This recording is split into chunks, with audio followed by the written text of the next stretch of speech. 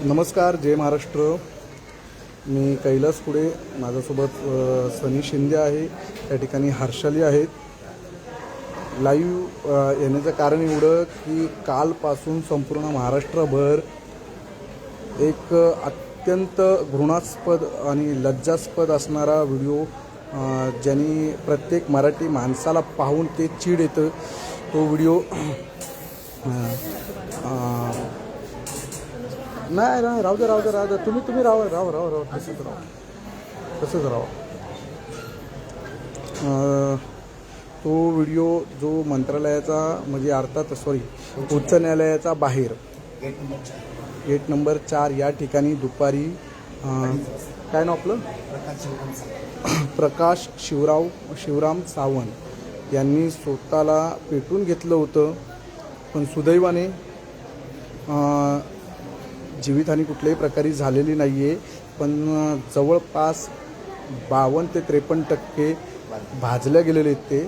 तर संपूर्ण महाराष्ट्रभर त्यांच्याबद्दल हळहळ व्यक्त केली जात होती. त्याचनुसार ते कसे आहेत, बरे आहेत काय, किंवा काय नेमकं प्रकरण होतं हे जाणून घेण्यासाठी महाराष्ट्र नवनिर्माण सेनेच्या माध्यमातून आपण जे रुग्णालय या ठिकाणी आलो आहे ते येण्यापूर्वी सिनियर PI जे आझाद मैदान पोलीस स्टेशन या ठिकाणी सिनियर PI होते, त्यांच्याशी संपर्क साधला व त्यांना विचारपूस केली की संबंधित जे काही काल प्रकरण घडलं त्याविषयी आपण काय पावलं उचललीत किंवा काय करणार आहेत त्याची माहिती घेऊन आपण जे रुग्णालयामध्ये आलो आहोत.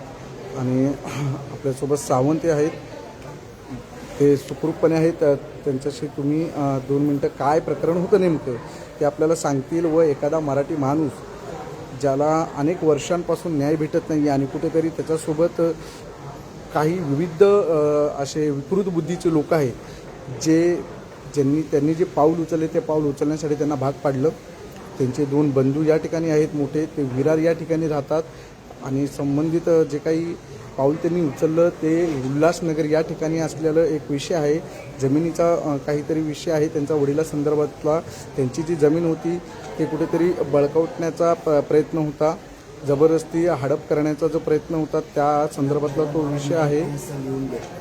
आणि कुठेतरी त्यांचे जे वडील आहेत त्यांना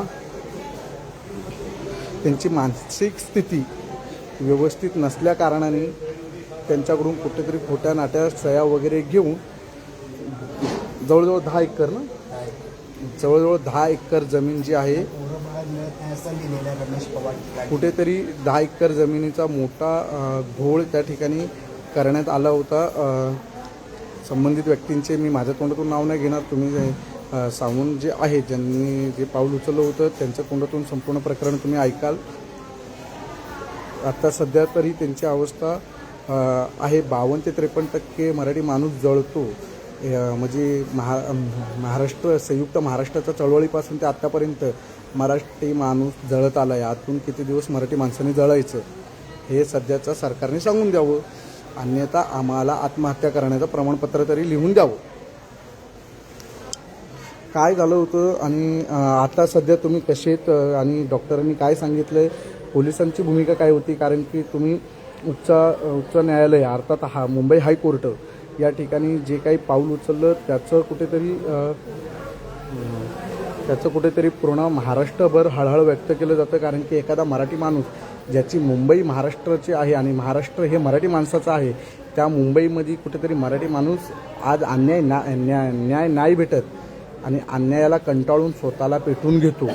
काय विषय होता तो आणि नेमकं काय झालं होतं आणि का तुम्ही एवढं टोकाचं पाऊल उचललं थोडं सांगा व आरामात सांगा, तुम्हाला जमेल तसं थोडक्यात. नमस्कार माझ्या महाराष्ट्री बांधवांनो, मी तुमचं खूप खूप आभार करतो. तुम्ही मला हे प्रतिसाद दिल्याबद्दल. मला हे भाऊ, आपलं नाव काय दादा? माझं नाव कैलास पुढे, काही हरकत नाही, नाव नाही घ्यायचे. कैलास पुढे महाराष्ट्र नवनिर्माण सेनेच्या वतीनं आपण महाराष्ट्र नवनिर्माण सेनेने माझा हे व्हिडिओ टाकला आणि तुम्ही सगळ्यांनी जो मला प्रतिसाद दिला आहे तो खूप खूप आभार मी मानतो. हा प्रतिसाद दिल्याबद्दल मी तुमचं धन्यवाद एवढ्या मोठ्या प्रमाणात करतो. आमचे 3 भाऊ, माझा मोठा भाऊ राजेश सावंत, 2 नंबरचा भाऊ दिनेश सावंत, हा मोठा भाऊ, हा 2 नंबरचा भाऊ आणि मी 3 नंबरचा भाऊ प्रकाश सावंत. आम्ही पहिलं हे 3 मिळून करणार होतो, पण मी यांना न सांगता एकट्याने हे केलं. हे का केलं ह्याचं कारण की काउन्सिल बार असोसिएशनचे मोठे मोठे होद्देदार, मी जे स्नेहा हरणे वकील आहेत त्यांच्याबद्दल कंप्लेंट टाकलेली, पण ती स्नेहा हरणेची कंप्लेंट ह्या मोठ्या मोठ्या होद्देदारांनी कधीच माझी ऐकून घेतली नाही. त्याच्यानंतर मी प्रधानमंत्री कार्यालयामध्ये जाऊन दिल्लीला 7 वेळा कंप्लेंट टाकली. त्याच्या आधी मी शिंदे साहेबांच्या दरबारात जाऊन 18 वेळा कंप्लेंट टाकली. कोणच ऐकून घेत नाही माझं. त्याच्यानंतर मी गेलो कोकण आयुक्तमध्ये, जिथे आपलं कोकणातली जी जागा आहे त्यांचं महसूल घेतलं जाते ते कोकण आयुक्त. त्या कोकण आयुक्तमध्ये पण मी 4 वेळा कंप्लेंट टाकली. त्यानंतर मी आलो उच्च न्यायालयामध्ये. उच्च न्यायालयामध्ये मी कोणत्याही जज साहेबांनी माझी कंप्लेंट घेतली नाही. 3 वेळा कंप्लेंट दिली. त्यांचे पीएनने फक्त मला स्टॅम्प मारून ते कागद परत दिली. ती सगळी कागद माझ्याकडे आहेत. मग नंतर गेलो महसूल मंत्री विखे पाटील, राधाकृष्णन विखे पाटील. त्यांनी दुसऱ्या कंप्लेंटमध्ये माझं ऐकून घेतलं. त्यांनी त्यांच्या बंगल्यावर पण मला बोलवलं आणि सगळं व्यवस्थित माझं ऐकून घेतलं. मग मी गेलेलो शुक्रवारी त्यांच्या घरी. मग सोमवारी त्यांनी त्यांच्या विखे पाटलांनी रमेश पवारनी जे माझ्या वडिलाचं नाव काढलं जोर जबरदस्तीने. ते कसं काढलं, वडिलांची साईन वगैरे घेतली ते बरोबर आहे, पण त्याच्यात लिहिलं काय आहे रमेश पवारांनी, की शिवराम तावजी सावताला पोरं नाही मिळत, हा बेवारस आहे, हा वेडा आहे, हा स्वेच्छेने मला जागा देतो, असं माझ्या काकीनी, त्या रमेश पवारनी, काकीच्या पोरांनी, काकीचा दुसरा मुलगा, ठाणेवाली काकी, हे सगळ्यांनी मिळून त्यांना मारहाण करून हे सगळं लिहून घेतलं. तरी पण आम्ही हे सगळं समजवण्यासाठी CP ग्राम पोर्टल ही प्रधानमंत्रीची ऑनलाईन कार्य आहे, हे आहे पोर्टलची कंप्लेंट घेण्याची, ऑनलाईन रजिस्टर करण्याची हे आहे, ॲप आहे. त्याच्यावरती मी 14 वेळा कंप्लेंट टाकली. आता ते कंप्लेंट टाकल्यानंतर पण कोण ऐकत नाही. या कंप्लेंटमुळे त्यांनी कणकवलीला पाठवलं माझं चॅप्टर. कणकवलीच्या पोलिसनी तेजस साहेब आणि वेंगुर्लेकर ह्या दोघांकडे माझी केस आहे. त्यांनी पण काय नाही केलं. ती स्नेहा हरणेने परत तिच्याकडे पैसे दाबले आणि ही केस माझी झोपून टाकली. ही स्नेहा हरणे एवढी दादागिरी का करते, ही नारायण राणे साहेब आहेत ना, त्यांच्या पॅनलमधनं तिचा नवरा नगरसेवक आहे आणि हे सगळे BJP वाले आहेत. मला BJPशी काही दुश्मनी नाही आहे, पण हे लोकांनी कार्य असं केलं म्हणून मला नावं घ्यावी लागतात आहे. माझा विषय संपवा, मी कधीच कोणाला त्रास देणार नाही. माझा विषय संपला नाही तर मी राजसाहेबांसारख्यांच्या जवळ जाऊन, राजसाहेबांनी मला मदत केली तर ठीकच आहे, नाही केली तरी मी एकटा ह्या लोकांना पुढे आहे. माझं आईचं खानदान आहे, शिवाजी भोसले सावतांचा खानदान आहे. आई शिवाजी भोसले सावताच्या खानदानाची होती आणि वडील आहे हे पटेल सावंत कणकवलीचे, असं माझं कुळ आहे. हे होते सावंतभाऊ, ज्यांनी काल दुपारी उच्च न्यायालयासमोर स्वतःला पेट्रोलने पेटून घेतलं व जवळजवळ 52 ते 53% ते भाजले आहेत बरं काय. एकंदरीत संपूर्ण त्यांचं शरीर म्हणजे 52 ते 53% भाजले आहेत.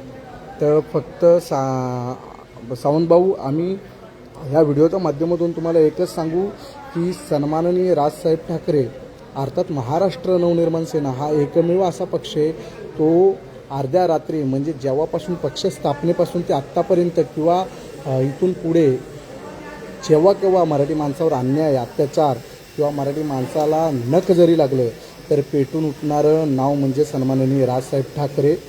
तर नक्कीच राजसाहेब, मी अगोदर पुढे बोलून गेलो, मी त्याच्याबद्दल मी चुकलो साहेब. पण साहेब, माझी मानसिक स्थिती एवढी छिन्न झालेली, एवढे मोठे मोठ्या होद्द्यांवाल्यांकडे मी गेलो, शिंदे साहेबांकडे गेलो, प्रधानमंत्रीकडे गेलो, आता मुख्यमंत्री आहे त्यांच्याकडे गेलेलो, अजित पवारांकडे गेलेलो, त्यांचे PAकडे गेलो, विखे पाटलांकडे गेलो, महसूल मंत्रीवाल्यांकडे गेलो, पण साहेब एवढ्या सगळ्यांनी मला छळला म्हणून माझी हिंमत नाही झाली तुमच्याजवळ यायची. की मी चुकलो साहेब, मी तुमची माफी मागतो. हरकत नाही, काय हाताला तुम्हाला हे होईल. फक्त जनसामान्यांचं न्यायालय म्हणजे शिवतीर्थ हे 365 दिवस व दिवसाचं 24 तास हे जनसामान्यांसाठी ओपन असतं आणि नक्कीच आशा व अपेक्षा करतो की महाराष्ट्र नवनिर्माण सेनेच्या वतीने तुम्हाला नक्कीच न्याय मिळेल व इथून आम्ही स्थानिक पोलीस चौकीला जाऊन तुमच्या संदर्भात विचारणा करणार आहोत की तुम्हाला हे झाल्यानंतर जे कोणी दोषी आहेत त्यावर काय कारवाई करण्यात आली आणि काय काय संपूर्ण तुमचा जबाब वगैरे लिहून घेतलेला आहे. बरोबर, त्यांनी काय काय लिहून घेतलं आहे, तुम्ही सांगितलेला जो काही घटनाक्रम आहे काय तो तंतोतंत त्या ठिकाणी मांडला गेला आहे का किंवा त्याच्यामध्ये काही छेडछाड केली काय, त्या सगळ्या गोष्टींची पाहणी करू आणि अशा अपेक्षा करतो की हा पुढे लवकरात लवकर तुम्हाला न्याय मिळू आणि कुठल्याही प्रकारचं आमची विनंती आहे तुम्हाला की असं कुठल्याही प्रकारचं टोकाचं पाऊल असं उचलू नका. तुम्ही जवळपास सध्या 52 ते 53% तुमचं संपूर्ण शरीर भाजलं गेलेलं आहे. ही गोष्ट म्हणजे साधी नाही आहे आणि या ठिकाणी ह्यांचे मोठे बंधू आहेत, हे बारके बंधू आहेत. हे आपलं नाव आपलं हे सर्वात लहान आणि हे त्यांचे 2 मोठे बंधू आहेत. फक्त तुमचं काय वाटतं, तुमच्या बारक्या भावाने या ठिकाणी जे काही टोकाचं पाऊल उचललं आहे आणि हे पाऊल अत्यंत भयानक होतं, यांनी संपूर्ण महाराष्ट्र हळहळ करतो आहे आणि भरपूर चिंताजनक बाब आहे. 52 ते 53% त्यांनी स्वतःला जाळून घेतले आणि मुंबईसारख्या नगरीमध्ये उच्च न्यायालयासमोर ही घटना घडते. अत्यंत निंदनीय आणि अत्यंत दुर्दैवी घटना ही. त्याबद्दल तुम्ही मोठे भाऊ म्हणून काय सांगाल? एवढा टोकाच्या पाऊल तर घेण्याची गरज नव्हती माझ्या सांगण्याचं ते, पण आम्हाला दुसरा काय पर्याय पण दिसत नव्हता. आम्ही इतक्या जागावर फिरून आम्हाला जिथे जात तिथे आम्हाला अभ्यास मिळते.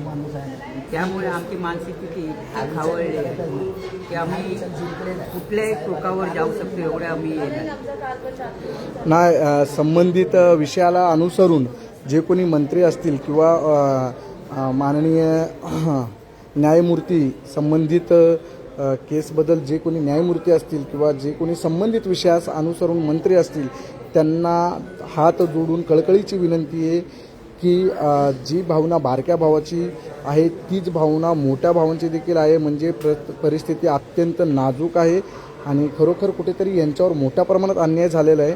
त्यांना कुठेतरी न्याय मिळावा. हे संविधानिक राज्य आहे, या ठिकाणी कोणाची मक्तेदारी चालणार नाही. तर कोणी आपल्या बोलतात मराठी माणसाच्या टाळूवरचं लोणी खाण्याचा प्रयत्न कोणी करू नये, या एवढाच इशारा महाराष्ट्र नवनिर्माण सेनेच्या माध्यमातून देतो.